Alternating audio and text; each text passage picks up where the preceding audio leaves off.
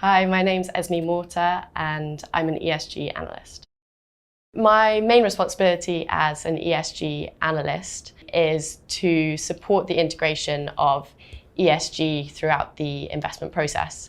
So my responsibility is to work with all the analysts and ensure that they have the resources and providing them with assessments and analysis on companies and themes through a sustainability lens.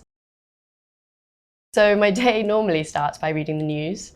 ESG and sustainability is a constantly evolving landscape, and there are many nuances and debates, and best practices is constantly evolving. So it's really important to keep up to date with these debates and conversations that are shaping trends and regulatory developments as well. So a big part of my job is conducting ESG assessments on companies. And to do that, I look at a wide variety of publicly available sources. So that could be a company's sustainability reports. It could be looking at databases such as CDP, which companies report through. And using that information, we've kind of come up with a formalized approach to be able to monitor our portfolio companies against ESG metrics that we've defined. We're active investors, and ESG is becoming increasingly part of the conversations that we're having with companies. So a big part of my job is working with the other analysts to provide sustainability-related analysis and research, and supporting in these engagement efforts. Another aspect of my day-to-day activities is also writing articles, writing case studies, and making sure that we're properly communicating our ESG-related activities to our stakeholders. And something I'm currently working on a lot is we became signatories to the PRI. So I'm spending some time making sure that we're prepared to report through that framework. There are a variety of different reasons that I may decide to look at a particular company on a particular day. It could be that they have published new sustainability information. It could be that certain themes or issues to do with a certain sector have arisen in the news, and that may push me to look at a certain company that is affected by those things.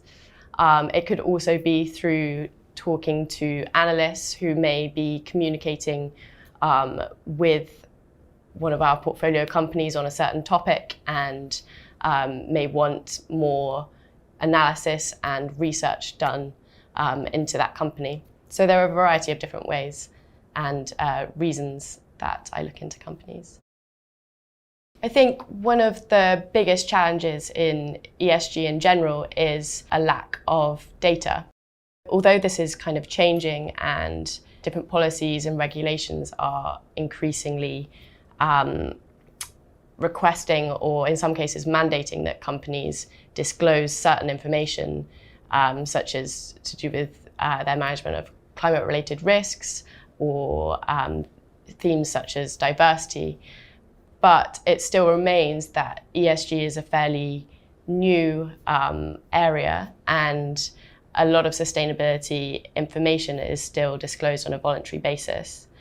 And this can be a challenge in being able to capture the information you need to make informed decisions about a company, and really understanding the way in which it deals with those sustainability-related themes. But as active investors, we also see that as an opportunity where we can engage with companies and improve their transparency and accountability, and also integrate processes and practice that will stand them in good stead and build resilience in terms of ESG risks. I think one skill that's really important as an ESG analyst is being able to balance big picture thinking with detailed analysis and understanding of the specific context, and using this to be able to form your judgment. And it's also really important to be able to synthesize these kinds of really big ideas and be able to communicate that effectively. It can be a challenge. I think the fact that we're focused on 3 specific types of companies, so family holding companies, asset-backed special situations, and closed-end funds, combined with us being active value investors, we're very much research-driven, and we seek to really understand each company within the specific context that it operates. And I think this is a really unique combination, and especially from an ESG perspective, is really interesting.